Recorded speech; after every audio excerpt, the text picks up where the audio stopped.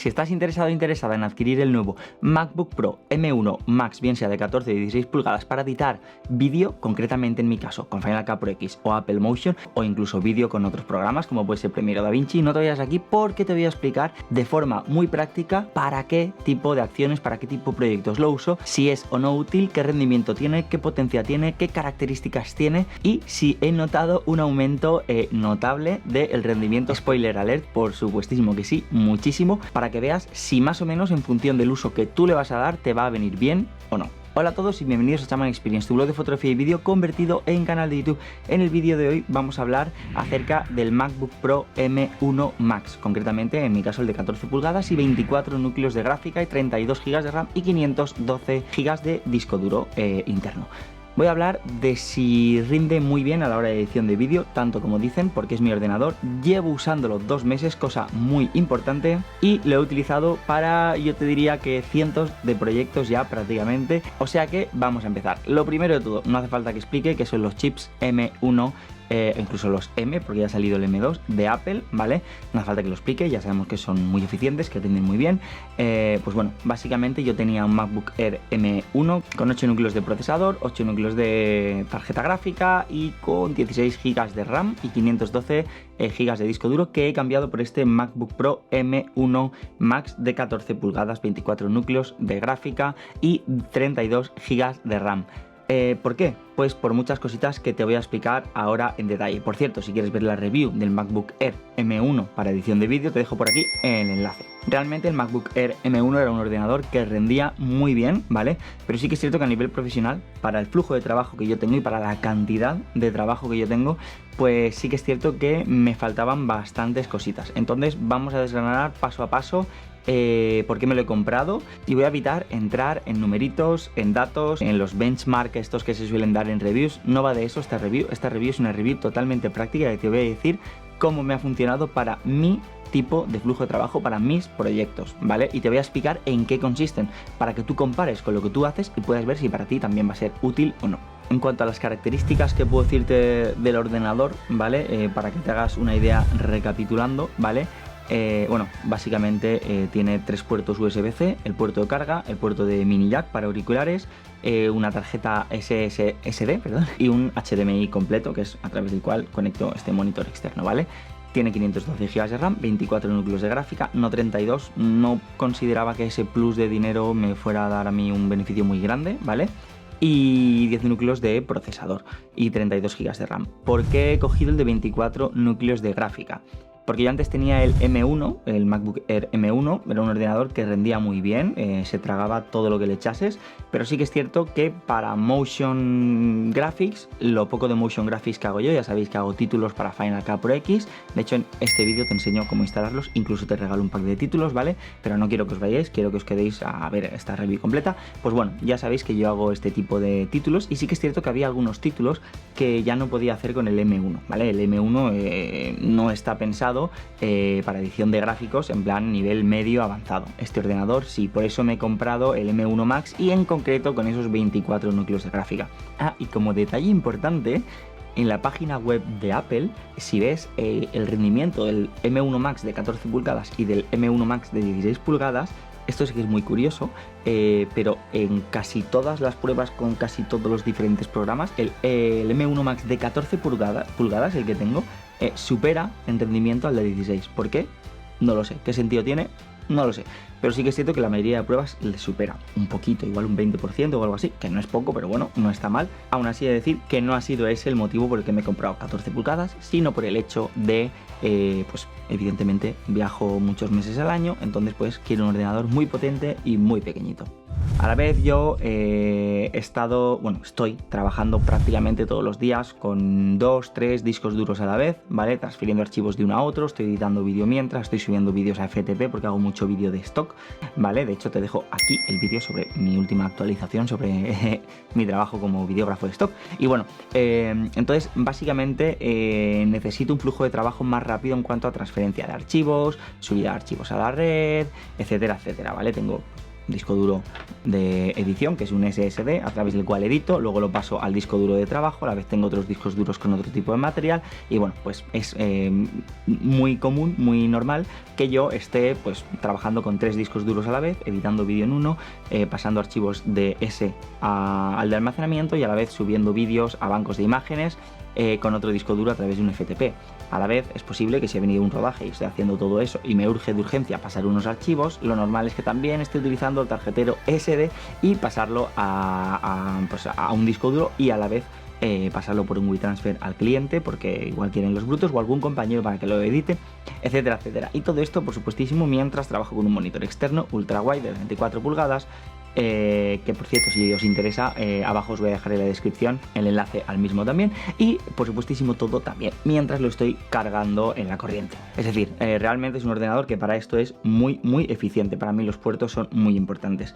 Es un ordenador que es un poquito más grande que el M1, obviamente pesa 1,6 kilos más o menos, ¿vale? Lo cual para mí pues evidentemente es un punto negativo con respecto al anterior porque pesa un pelín más, pero bueno, teniendo en cuenta todos los beneficios que vamos a ver que me da, pues evidentemente no me importa en absoluto. Son 14 pulgadas de pantalla, que es pequeñita, pero como he dicho, utilizo para editar cuando estoy en casa, que es la mayoría del tiempo, por lo menos cuando estoy en España, utilizo con el monitor ultra wide, o sea que no me importa, ¿vale? Por cierto, si te interesa saber cómo se conecta un monitor externo a un ordenador Mac, te dejo por aquí el enlace porque voy a hacer un vídeo tutorial explicando cómo se utiliza y sobre todo en concreto cómo funciona esto en Final Cut Pro X, ¿vale? Para dividir en una pantalla parte de la interfaz y en la otra pantalla pues evidentemente la otra parte de la interfaz restante. Por otra parte, a nivel de batería, más o menos noto que me dura lo mismo que el MacBook Air M1, pero sí que tiene una diferencia, y es que en el mismo tiempo puede hacer más cosas, ¿vale? Es decir, más o menos la batería dura, pues, editando vídeo 4 o 5 horas, ¿vale? A pleno rendimiento, haciendo renderizaciones, es decir, haciendo exportaciones, etcétera, etcétera, ¿vale? Lo único que yo en esas 4 o 5 horas con este ordenador puedo hacer más cositas que con el M1, el MacBook Air normal y corriente. ¿Por qué? Pues porque evidentemente las exportaciones van más rápido, por lo tanto el cliente me da feedback, puedo reeditar otra vez el contenido, no necesito crear proxies, etcétera, etcétera. Un montón de cositas que te voy a decir a continuación, ¿vale? De la pantalla no tengo nada que decir, pantalla 14 pulgadas, funciona perfectamente, tiene mucho brillo. No es una pantalla muy grande para editar vídeo en caso de que solo utilices este ordenador para editar vídeo. La mayoría de editores solemos trabajar con un monitor externo, como es mi caso. En caso de que lo utilices solo para editar vídeo, pues es lo que hay, 14 pulgadas, no está mal. Yo he trabajado toda la vida con ordenadores de 15 pulgadas para editar vídeo. De hecho, el primero de todo fue un MacBook Pro de 13 pulgadas, o sea, he trabajado con 13, con 15, con 13 otra vez y ahora con 14, ¿vale? Bueno, y con un iMac de 27 pulgadas en su momento. Entonces, no hay ningún problema, realmente se puede hacer un trabajo profesional, lo único que no va a ser tan cómodo, obviamente, como una pantalla más grande o como utilizando un monitor externo. Sí que he de decir que hay dos cosas que, aunque no son muy importantes, por lo menos para mí, por lo menos para lo que es el trabajo de un editor de vídeo, ¿vale? No son exageradamente relevantes, sí que es cierto que hay que mencionarlas, y es que el teclado es la polla, ¿vale? O sea, es súper cómodo a la hora de trabajar con él, y los altavoces tienen una calidad de audio brutal y un volumen súper alto, lo cual es la leche. Tengo aquí el guioncito, como podéis comprobar. Y una cosita más que ya me había olvidado de comentar sobre el ordenador es el mito este de que da igual lo que le hagas, que no suena y que no se calienta. Mentira. Se calienta muy poquito en comparación con otros ordenadores cuando lo haces trabajar mucho, todo hay que decirlo. Y el ventilador normalmente no se enciende, ¿vale? Si le das a hacer cosas muy contundentes, como aplicar reducciones de ruido a muchos clips, o como pues, poner pues, muchas capas de ajuste a la vez con motion blur y renderizar todo eso, pues es posible que se encienda el ventilador. Y cuando a mí sí que se me enciende el 100% de las veces y parece que vaya a despegar, pero a un volumen muy bajito, es decir, la diferencia de este ordenador con otros es que se nota que las turbinas van rápido de los ventiladores, pero suena muy poquito, y aún así, y ahí se pone calentito, ¿vale? Es cuando yo exporto vídeos de stock, porque yo los exporto tanto en H264 como en ProRes. Y cuando llega la parte de exportar en ProRes esos archivos individuales, ahí es cuando sí, tanto se calienta bastante como que el ordenador suena al máximo esos ventiladores. Bueno, creo que están al máximo, ¿vale? Porque el sonido tampoco es muy alto, de hecho es muy bajito, y más en comparación con otros ordenadores. De hecho, pues, tengo un amigo que tiene el típico PC portátil, ¿vale? Y cuando suenan los ordenadores, pues suena bastante más. Obviamente, ya que una de las cosas que le gusta a Apple es el minimalismo tal, y evitar que suene mucho, porque en su momento Apple, me acuerdo que sonaban mucho y parecían un avión, y es una de las cosas que están resolviendo y lo han hecho bastante bien. Y nada, simplemente decir que cuesta que se enciendan los ventiladores y que se caliente, pero sí que puede llegar a pasar perfectamente. Vale, vamos a entrar ya en la review. Para que tengas una idea de con qué ordenadores lo estoy comparando, ¿vale? Lo estoy comparando con MacBook Air M1, 512 GB, 16 GB de RAM, 8 núcleos de gráfica y 8 núcleos de RAM, ¿vale? Lo comparo con este. También lo voy a comparar con un iMac de 24 GB. A ver, lo tengo aquí apuntado. El iMac del 2013 que utilizaba antes, que era de 27 pulgadas, un i7 de 4 núcleos, 3,5 GHz con turbo boost hasta 4, con 24 GB de RAM de 1600 MHz y 4 GB de tarjeta gráfica dedicada, ¿vale? También lo compararé con el MacBook Pro 15 pulgadas del 2016, que era el otro hace dos más MacBook que tuve, ¿vale? Que tenía un Intel de 4 núcleos, 2,6 GHz y turbo boost hasta 3,5, tenía 16 GB de RAM a 2133 MHz y tenía 4 GB de tarjeta gráfica dedicada, GDDR5. Vale, lo comparo con estos, no porque estén al mismo nivel, porque ninguno de estos es exactamente la misma gama que este ordenador, de hecho ninguno es esta gama. Tanto el MacBook Pro de 15 pulgadas como el iMac de 27 eran una gama, si contamos que gamas es una gama de precios, ¿vale? Estaban en una gama inferior, es decir, esos ordenadores eran 2.700 euros. El M1 era 1.300, que rendía incluso superior a estos, porque los nuevos chips son la polla, ¿vale? Y luego tenemos el de ahora, que son 3.209, es el ordenador más caro que he tenido y no me arrepiento para nada. De hecho, ya te digo que me ha hecho ahorrar muchísimas horas y me ha hecho sentirme mucho más cómodo a la hora de trabajar con Final Cut Pro y con muchos proyectos a la vez. Vale, entonces, estoy comparando entre comillas, ya digo que no comparo, pero sí que es cierto que mi opinión está basada en mi experiencia previa con esos ordenadores y es una cosa muy importante a tener clara. Entonces, esto es lo primero de todo que tienes que saber, ¿vale? ¿Con qué ordenadores he trabajado yo antes para poder hacer esta comparativa, para poder darte esta opinión? Y lo siguiente de todo es qué tareas realizo en mi flujo de trabajo normal y corriente. Pues bueno, yo suelo editar 3 tipos de vídeos principalmente, vídeos de stock, ¿vale? Vídeos para clientes, que suelen ser vídeos de entre 30 segundos y 5 minutos, dependiendo del tipo de vídeo, ¿vale? Y luego mis vídeos de YouTube, ¿vale? En conjunto, en general, en estos vídeos suelo utilizar capas de ajuste, suelo utilizar pues, muchas funciones de audio, suelo utilizar capas de ajuste, cuando digo es pues, igual una o dos globales, una para el LUT, una para el color grading general, igual utilizo algunas capas de ajuste en concreto para efectos, ¿vale? Diferentes, diferentes líneas de audio, diferentes líneas de tiempo, ¿vale? Secundarias, ¿vale?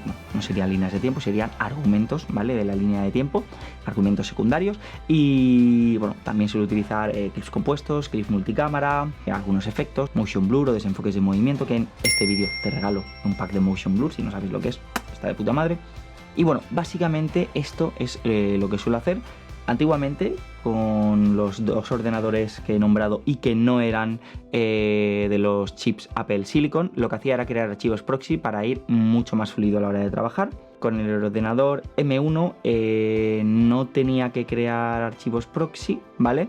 Pero sí que siento que no me iba tan fluido, sobre todo en proyectos así un poquito más grandes, ¿vale?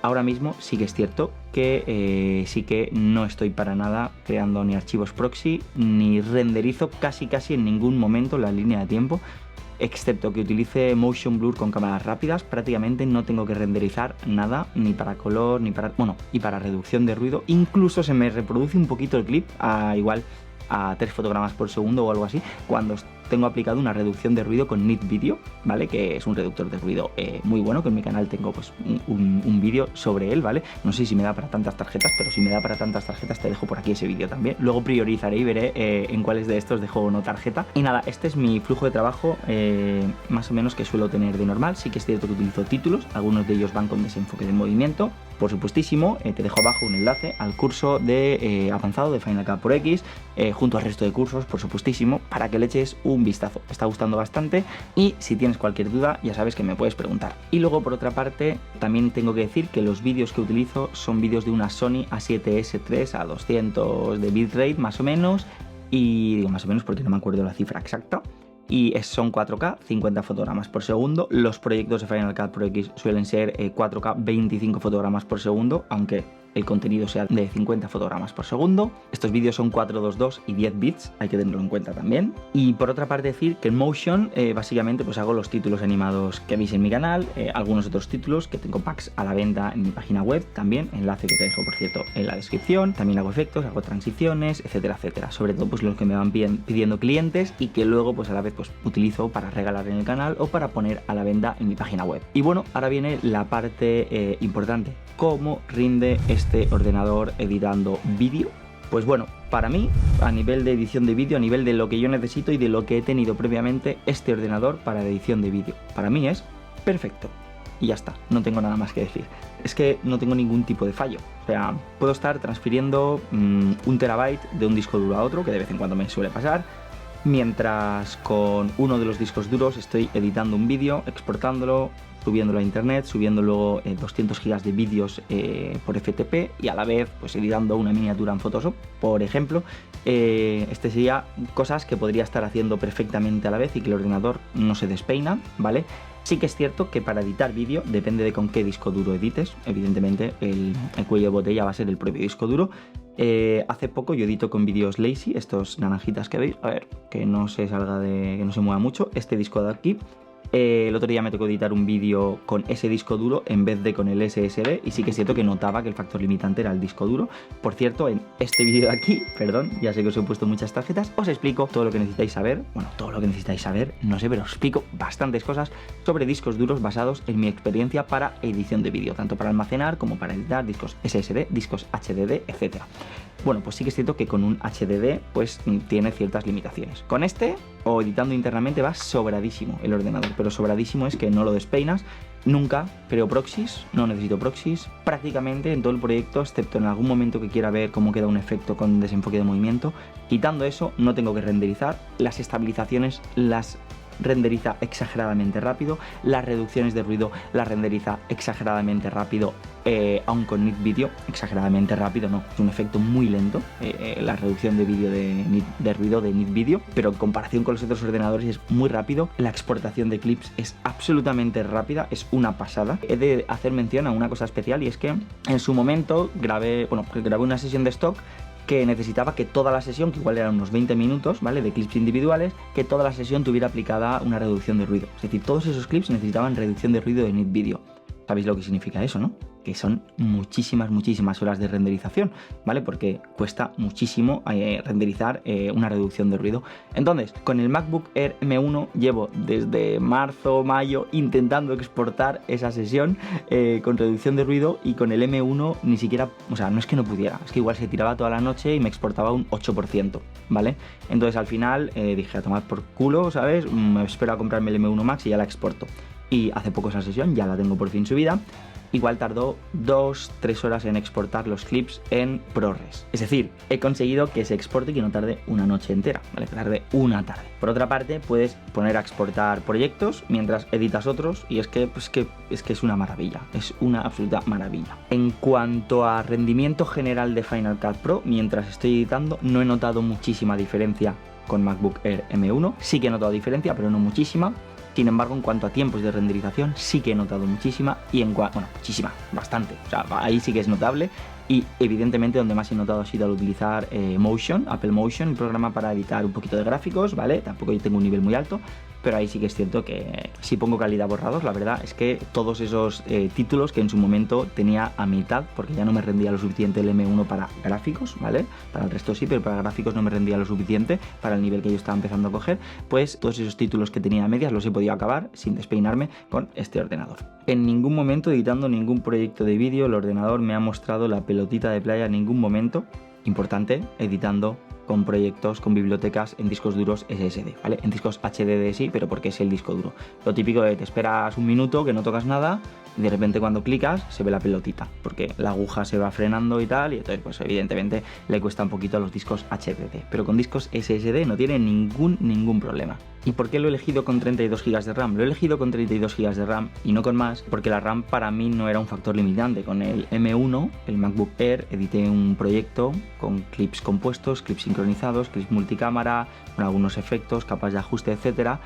Pues edité un proyecto que era 4K, 200 GB de brutos y que eran 5 horas de línea de tiempo. y no tuve aún así ningún problema. Sí que es cierto que lo edité con proxies, ¿vale?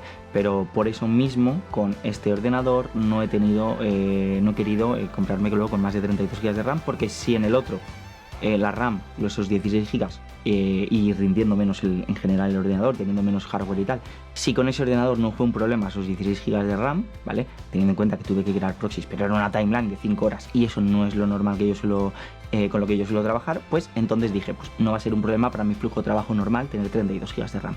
Que un día me cruzo con un proyecto así pero todavía más complejo, no pasa nada, se crea proxies y listo. No hay ningún problema en crear proxies, que la gente a veces tiene mucho miedo, ¿vale? De todas formas, ya te digo que con este ordenador no suele hacer falta crear proxies. Yo todavía en 2 meses de uso no he creado proxies. Y nada, ¿qué puedo decir? Pues que considero que este es el ordenador perfecto para mí como editor de vídeo y como videógrafo, que me dedico tanto a generar contenido para clientes como para internet, como para mí mismo, y que además viajo mucho y que puedo tener un monitor externo conectado. Y nada, dicho esto, espero que te haya gustado el vídeo, que te haya parecido interesante, compártelo con otras personas que pienses que le puede interesar también, dale like, suscríbete al canal, todas esas cositas, y como siempre te dejo cosas por aquí y te dejo cositas por aquí.